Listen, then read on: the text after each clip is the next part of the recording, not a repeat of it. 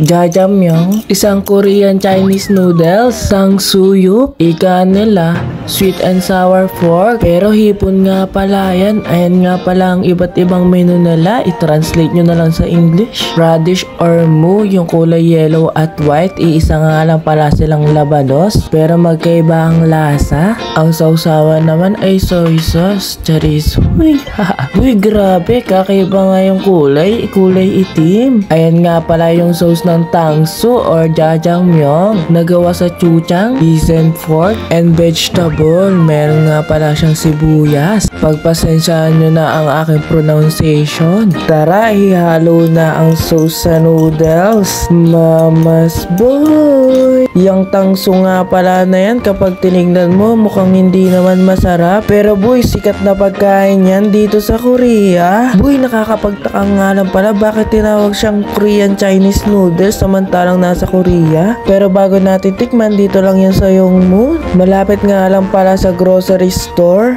At dahil special ka, ayan na pala ang Google Map. Tara, ating nang tikman. Unang kagat, first bite. Uy, boy, kanina pa talaga ako kumakain at ginamit ko yung chopstick. Hindi ko nga pala feel kapag naka-chopstick kasi mabagal kumain. Ayun, kaya napagamit na lang ako ng tinitor.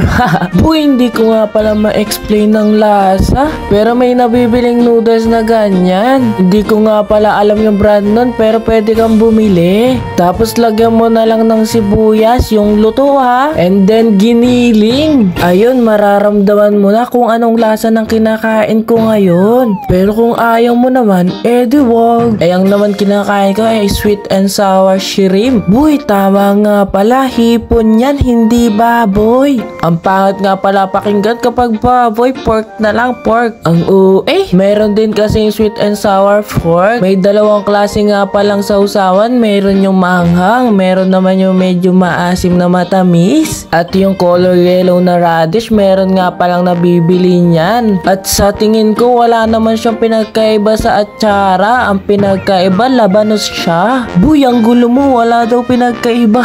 Nanonood nga pala ang pagkalasa ng hipon. Sinama mo pa ng sauce na medyo maasim na matamis. At ayang naman kinuha ko ay fried mandu. Hindi ko nga pala sigurado kung mandu siya. Pero kasing lasa ng mandu. Ang pinagkaiba, pinrito lang siya. Tara, atin nang tikman. Uy, pero bago pala natin tikman, sausaw muna natin. Nasa'yo nga pala kung paano mo siya isausaw. Pwede naman ibabad kung gusto mo talaga manghang na manghang. Uy, di naman sobrang anghang. Pagkatapos ko nga sinausaw, unang kagat, first bite. Gawa nang nagbablog nga ako, syempre kailangan alam ko yung lasa at alam ko kung paano siya ipapaliwanag. Kaya pinapakaisip ko kung ano nga pala siya. Mukha siyang rapper. Uy, unang kagat, rapper agad.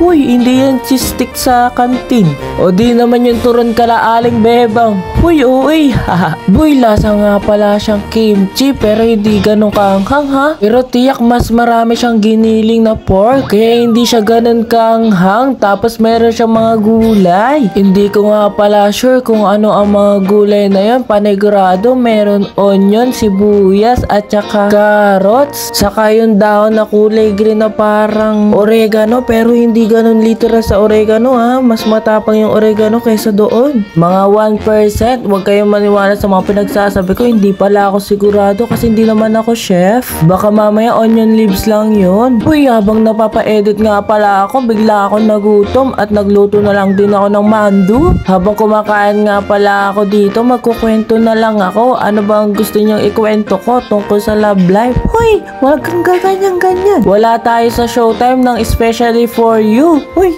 tama ba yun? Baka mamaya mag-rant ako dito. Uy, wag niyo nga ako tinatanong-tanong sa love life. Wala ako dyan, tsaka wala akong experience niyan. Laki nalimutan.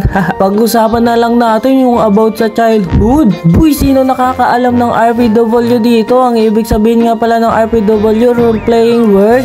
Gagawa ka nga lang pala ng account tapos sasali ka sa mga group tulad ng utong-utong rant, wanted RS, ganun nga pala kung hindi ka makarelate. Sa madaling salita, ang uso ngayon ay dump. Kaso ang dump ay nagpapakilala kilala. Ang RPW, hindi ka magpapakilala. Habang kumakain nga pala ako, nanonood ako ng TV, kaya nakatingala ako. Tapos meron nga din palang debate doon, war, ganon sa comment section o di naman sa GC. May gang pa nga tinatawag o kaya falling love. Basta yun, bawal kang mapol. Pag napol ka, talo ka.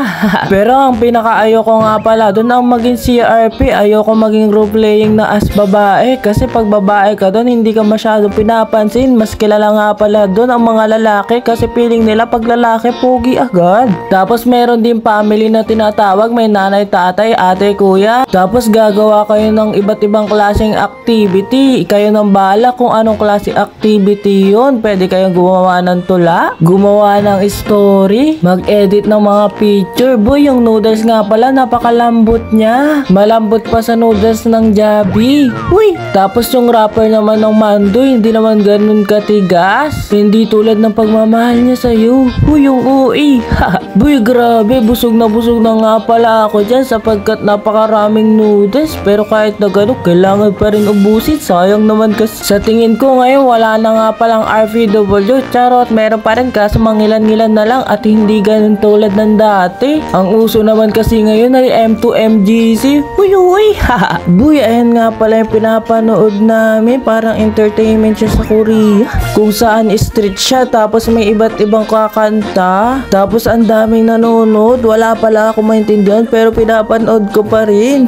Pagkatapos nga palang kumain, maggagala. Kung ako sa'yo at wala kang pagkakaabalahan, mag-RPW ka na, matuto ka magsulat ng tula at istorya. Panigurado, sumali ka na rin sa Monte Mayor. Charot ha. At kung RPW ka, panigurado, kilala mo si Kevin Dura. Hoy, sino yung Kevin? Try nyo na at wag na puro dump na puro ka. Ay, nako. Boy, hanggang dun lang. Grabe naman si mama, napakagala. Ay, nako. Bye-bye!